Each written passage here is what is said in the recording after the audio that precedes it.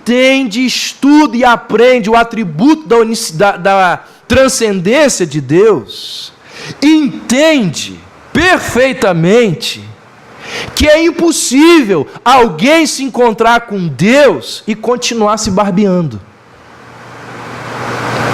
Como um líder mundial pouco tempo atrás falou, Jesus apareceu no banheiro onde eu estava me barbeando, aí foi o John MacArthur que perguntou para ele, ele falou isso com o John MacArthur, e o John MacArthur falou assim: o que você fez?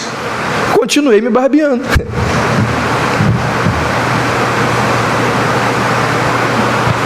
Irmãos, uma visão da transcendência divina leva o homem a ter uma reverência enorme, a ter um temor enorme, a ter um senso de inadequação enorme. Quando o homem entra em contato com Deus, ele perde a sua valentia, o homem perde a sua ousadia, o homem acaba com a sua empáfia. Então é por isso que nós, seres humanos, não temos a menor condição de declarar, decretar e exigir coisas de Deus. Esse movimento aí, chamado de teologia da prosperidade, que diz assim, exija as coisas de Deus. Isso é heresia, isso não é bíblico. É uma falta enorme do entendimento de quem Deus é. Porque se essas pessoas soubessem o que é a transcendência de Deus, elas perceberiam como são tolas as suas palavras em exigir as coisas de Deus. Terceiro, esse atributo da transcendência divina nos mostra que se Deus, Ele não desejasse se revelar a nós, nunca saberíamos quem Ele é. Deus, em sua bondade e graça, Ele decidiu revelar-se a nós. Deus, de forma graciosa, resolveu se fazer conhecido ao ser humano.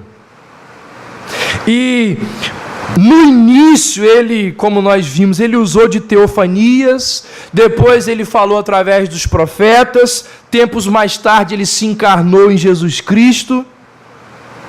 O que isso mostra?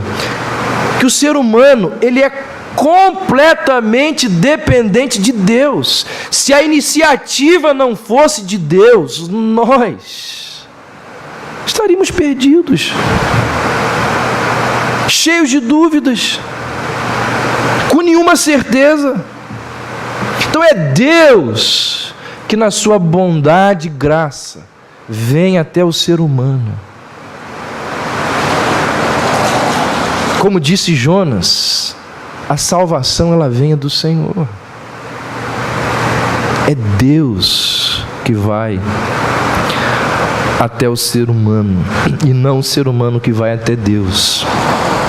Heber Carlos, um dos escritores e teólogos brasileiros, pregou esse ano na Fiel, ele diz assim: a espiritualidade de Deus obriga-nos a nos curvarmos diante da sua invisibilidade e imortalidade, para pedir-lhe clemência, perdão e graça sobre graça, para que continuemos a existir como seres visíveis, mortais e finitos. Dependamos inteiramente da sua bondade, numa atitude de submissão à sua natureza espiritual e completamente distinta da nossa. Quarto, esse atributo da transcendência divina nos mostra que se Deus não fosse espiritual, como disse Jesus à mulher samaritana, uma série de outros atributos não poderiam existir, ficariam comprometidos. Por exemplo, se Deus não fosse espiritual, Ele não poderia ser o Criador. Tudo que nós vemos à nossa volta, tudo que você vê, tudo que nós vemos à nossa volta teve um início. O ventilador, o ar-condicionado, a caixa de som, a pessoa aí do seu lado, tudo teve um início, teve um começo, teve uma origem. Toda a criação, ela é ex nihilo, ou seja, ela veio do nada. Foi feita sem haver qualquer material pré-existente. Somente um espírito infinito poderia criar a matéria da qual todo o nosso mundo é composto e os espíritos finitos que somos nós. Nenhum ser que tem corpo, que é corpóreo, poderia ter criado a matéria se ele mesmo fosse matéria. Isso é impossível. A matéria, como nós vimos tempos atrás, ela começou a existir no tempo. Ela é temporal, assim como os seres espirituais. Todo mundo teve um começo. Nada que é finito pode gerar outro igual. Somente o Deus, que é Espírito infinito, pode ser o Criador. Por que o nosso Deus é Espírito? Porque Ele é o Criador. Por que Ele é o Criador? Porque Ele é Espírito. Segundo, se Deus não fosse um ser espiritual, Ele não seria infinito. Como acabei de falar, todos os corpos possuem uma natureza finita. Tudo que é material tem um limite. Mesmo o universo, esse negócio que existe aí, que a gente não sabe dar nome direito, que parece que é infinito, mas a Bíblia diz que mesmo o universo é finito. Se tivesse um corpo, Deus seria composto de partes. E se fosse composto de partes, teria limitação. As partes trazem limitação. E aí, para considerar o livre das suas limitações, nós temos que crer num Deus que é espiritual. É espírito. Se Deus não fosse um ser espiritual, Ele não poderia ser independente. Nós analisamos esse atributo divino também. Todos nós dependemos de uma série de coisas para viver, menos Deus. Tem um ditado que diz assim: corpo sem alma é defunto. Alma sem corpo é fantasma.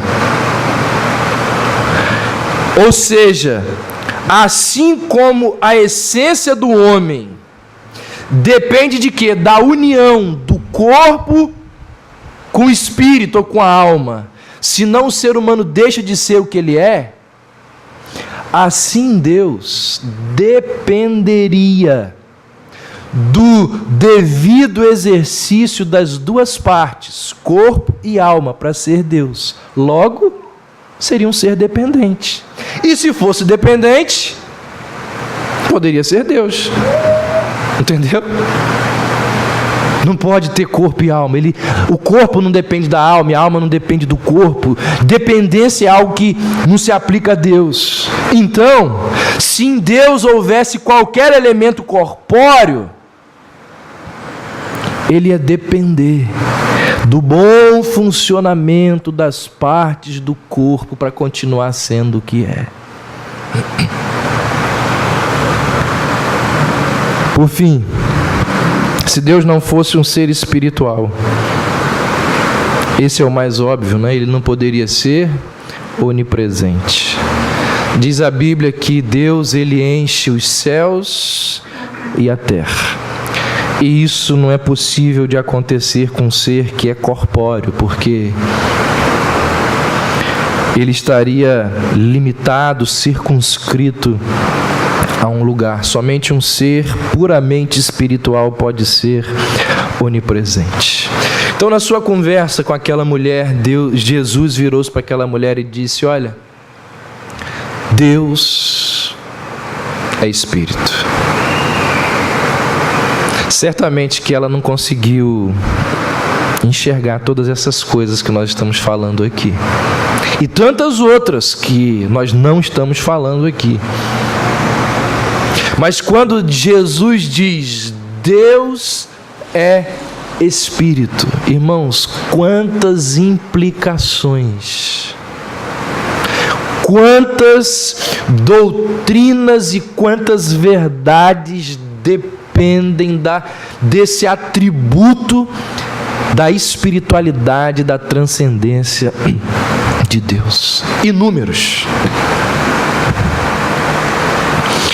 Existe uma história bem antiga e bem famosa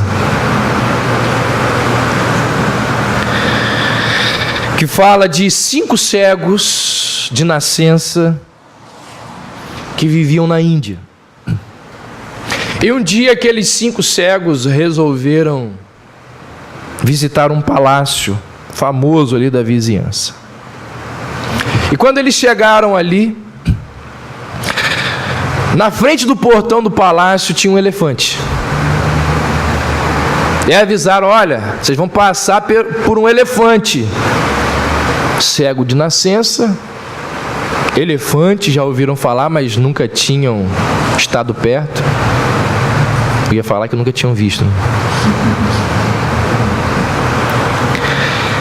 Está lá o elefante. Primeiro cego chega e toca do lado do elefante. Ele vira para os outros e diz assim, ó, o elefante é igual uma parede. Ficou do lado do elefante. Aí o segundo cego chega e toca na tromba do elefante e diz, nada disso, o elefante é igual uma cobra. Terceiro cego vai lá e toca na cauda do elefante e diz, vocês estão enganados, o elefante é igual uma corda. O quarto segura a perna do elefante e diz, o elefante é idêntico a uma árvore. E o quinto vai lá e segura a orelha do elefante e diz assim, ó, o elefante é semelhante a um leque. Quem está certo? Quem está errado? Irmãos, cada cego, devido ao fato de cada um deles ter tocado apenas uma parte do elefante, nenhum deles ficaram discutindo a vida inteira. A vida inteira discutindo e defendendo a sua tese, porque nenhum deles podia concordar a respeito de como era um elefante de fato. Eu tenho certeza, eu toquei no elefante, ele é igual um leque. Não é, rapaz, eu garanto para você, ele é igual uma corda. Gente, é assim. Essa história é uma parábola de como é a espiritualidade de muita gente. Muitas pessoas possuem ideias erradas, equivocadas e distorcidas de Deus, porque estudam partes de Deus. Não estudam tudo, não leem tudo, não pesquisam tudo. E a Bíblia diz que crer em algo errado acerca de Deus é o quê? Idolatria. Fazer uma imagem ou ter uma imagem equivocada de Deus é idolatria.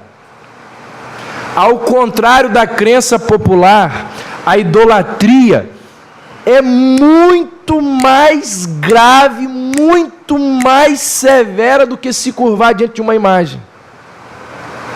Biblicamente, idolatria é pensar qualquer coisa sobre Deus que não seja verdadeira. Então, se até hoje você pensava que Deus era o ser superior desse mundo numa escala que vai crescendo, seu pensamento estava errado acerca de Deus. Se você achava que Deus era onipotente, que podia fazer todas as coisas, seu pensamento estava errado sobre Deus. Crer em algo errado acerca de Deus é idolatria. Então nós precisamos ser muito cautelosos para não pensarmos, falarmos, defendermos e pregarmos um Deus que não é o Deus revelado nas Escrituras. Está vendo como que isso é sério? Voltaire, agnóstico francês, ele uma vez disse o seguinte: Deus criou o homem à sua imagem e semelhança, e o homem lhe pagou na mesma moeda.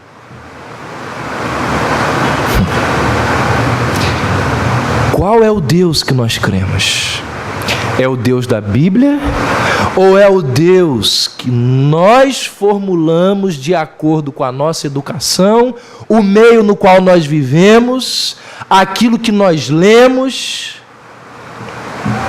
Que espécie de Deus nós acreditamos?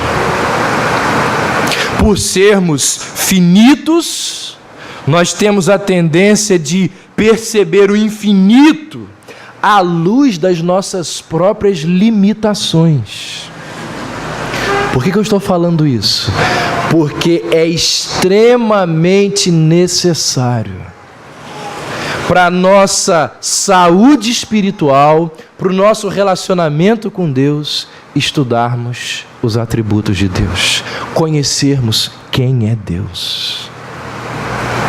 Se você nunca leu, nunca estudou, nunca ouviu, ou se leu, estudou e ouviu muito superficialmente sobre os atributos de Deus, isso é sério, isso é muito sério. Terça-feira, na reunião dos homens, eu perguntei lá, aos 4 que lá estavam: e aí, o que vocês estão achando das mensagens de domingo à noite? Está muito teológico? Nós temos uma ideia errada de que teologia é para ser ensinado no seminário e não na igreja. Aqui nós precisamos aprender quem é Deus de verdade. Jeremias diz assim: assim diz o Senhor, não se glorie o sábio na sua sabedoria, nem o forte na sua força, nem o rico nas suas riquezas, mas quem se gloriar, glorie-se nisto. O que ele diz? Em me entender, em me conhecer, pois eu sou o Senhor, que pratico a fidelidade, o direito e a justiça na terra, porque me agrado dessas coisas, diz o Senhor. O que Jeremias está dizendo, gente, é que mais do que a sabedoria para o sábio, mais do que a força para o forte, mais do que a riqueza para o rico, é o Senhor para o coração do homem. Está dizendo o maior anseio. Eu iniciei e vou encerrar a mensagem com isso. O maior anseio do coração do homem deve ser por conhecer a Deus. A maior busca do homem deve ser por conhecer a Deus. O que te dá alegria, meu amigo, meu irmão, durante o seu dia? O que traz felicidade ao seu coração? Pelo que nós estamos vendo aqui, o momento mais feliz do nosso dia deveria ser aquele. Mais do que estar com o filho, mais do que jogar bola, mais do que ver a novela, mais do que sei lá o que você gosta, mais do que aquilo.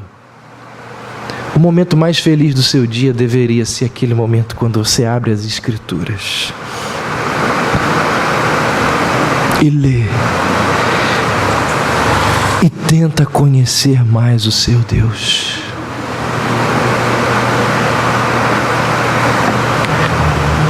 Não se glorie o sábio na sua sabedoria, o forte na força e o rico nas riquezas. Quem se gloriar, glorie-se nisto, em me entender e me conhecer. C.S. Lewis, ele diz que nós, seres humanos, somos como aquela criança que mora numa comunidade carente e está ali fazendo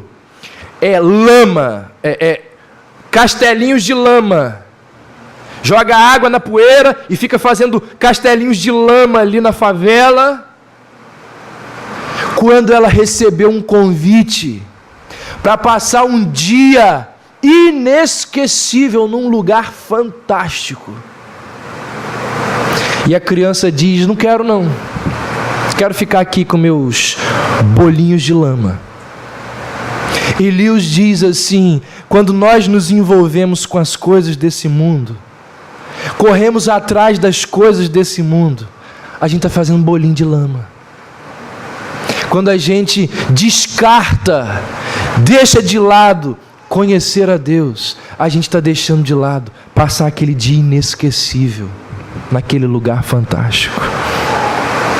Nada no mundo, diz a Bíblia, traz mais alegria, mais paz ao coração de uma pessoa do que estudar, meditar e conhecer o seu Deus. Um pastor de linha reformada da Escócia, chamado Sinclair Ferguson, ele diz assim: que assunto de conversa mais estimula e enche os nossos corações? Consideramos que o fato de conhecermos a Deus é o maior tesouro do mundo e de longe o nosso maior privilégio. Caso contrário, somos nada mais do que pigmeus no mundo de Deus. Vendemos nossa primogenitura cristã por um guisado de lentilhas e nossa verdadeira experiência cristã é superficial, inadequada e tragicamente desfocada. Irmãos, Jesus uma vez disse assim: olha, a vida eterna é esta, que te conheçam, o único Deus verdadeiro. Normalmente, quando a gente fala em vida eterna, a gente pensa numa vida que dura para sempre. Jesus diz que vida eterna tem a ver com qualidade de vida. E essa qualidade, ela vai brotar do tipo de relacionamento e de conhecimento que nós temos de Deus. Se a gente acreditasse nisso que eu estou falando aqui de verdade, e isso não fosse apenas um belo discurso, do qual daqui a uns 10 minutos a gente vai estar ali comendo um bolo e esqueceu de tudo isso, e daqui a meia hora ou 40 minutos a gente vai estar vendo o Tadeu Schmidt mostrar os gols do Fantástico. E se a gente realmente acreditasse nisso, amanhã à noite a gente chegaria para o nosso cônjuge ou para alguém que mora na nossa casa, e ao invés de perguntar assim: como foi o seu dia? O que você fez hoje? A gente perguntava assim: o que você aprendeu de Deus hoje? Ao invés de perguntar: quanto que nós lucramos hoje? O que você fez no serviço hoje? A gente perguntaria assim: o que Deus falou para você hoje quando você meditou e leu a sua palavra?